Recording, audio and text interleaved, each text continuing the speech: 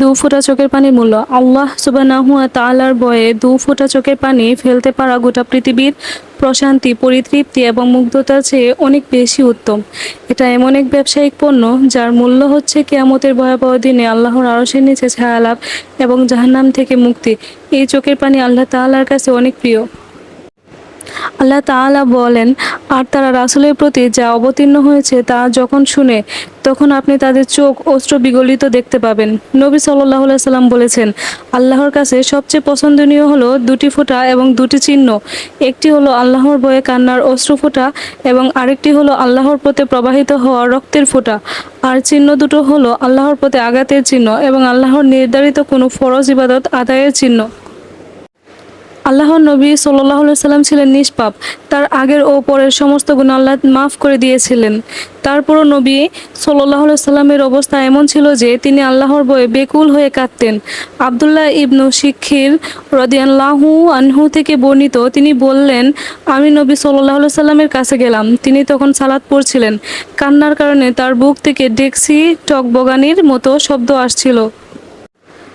আব্দুল্লাহ ইবনু ইসা রহিমাহুল্লাহ বলেছেন, কান্নার কারণে ওমর রাদিয়াল্লাহু আনহু এর চেহারাতে দুটি কালো দাগ পড়ে গিয়েছিল।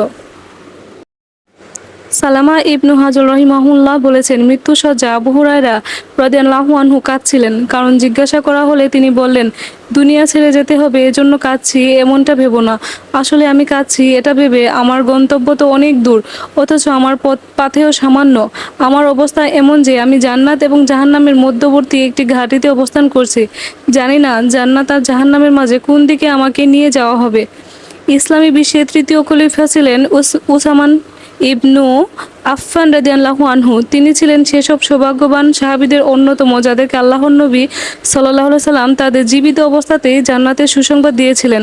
তা সত্ত্বেও কবরের পাশে দাঁড়িয়ে তিনি এত বেশি কাঁদতেন যে দাড়ি পর্যন্ত ভিজিয়ে ফেলতেন। তাকে প্রশ্ন করা হলো, জান্নাত জাহান্নামের আলোচনার সময় তো আপনি কাঁদেন না, কিন্তু কবর দেখলে এত বেশি কাঁদেন কেন? উসমান রাদিয়াল্লাহু আনহু বললেন, নবী সাল্লাল্লাহু আলাইহি সাল্লাম বলেছেন, কবর হলো আখিরাতের ঘাঁটিসমূহের মধ্যে প্রথম ঘাঁটি। এখানে কেউ মুক্তি পেয়ে গেলে পরবর্তী ঘাঁটিগুলোতেও মুক্তি পাওয়া তার জন্য খুব সহজ হয়ে যাবে, আর এখানে মুক্তি না পেলে পরবর্তী ঘাঁটিগুলো আরও বেশি কঠিন হয়ে যাবে। উসমান রাদিয়াল্লাহু আনহু বলেন, নবী সাল্লাল্লাহু আলাইহি সাল্লাম আরও বলেছেন, আমি কবরের দৃশ্যের চেয়ে বেশি ভয়ঙ্কর দৃশ্য আর দেখিনি। আব্দুল্লাহ আত-তাইমি রাহিমাহুল্লাহু বলেছেন, ইলিম প্রাপ্তির পরও যদি কারো কান্না না আসে তাহলে বুঝতে হবে যে উপকারী ইলিম তার ভাগ্যে জুটেনি।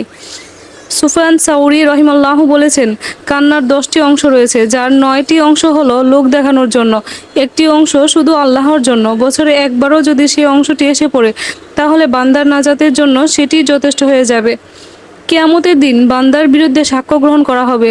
সেদিন তার মুখ বন্ধ করে দেওয়া হবে, তখন তার অঙ্গ প্রত্যঙ্গ স্থান এবং সময় সাক্ষ্য দেবে। চোখের পানি তখন বান্দার পক্ষে সাক্ষ্য দেবে, ফলে সে মুক্তি পেয়ে যাবে। এজন্য সাবিত বুনানি রহিমাল্লাহু বলেন, মসজিদের প্রতিটি খুঁটির কাছে আমি কুরআন পড়েছি এবং অশ্রু জড়িয়েছি। একবার নিজের অবস্থা নিয়ে ভাবুন, কোন সাহসে আপনি গুনাহ করছেন? যদি এই অবস্থায় মৃত্যু চলে আসে তাহলে কি পরিণতি হবে আপনার?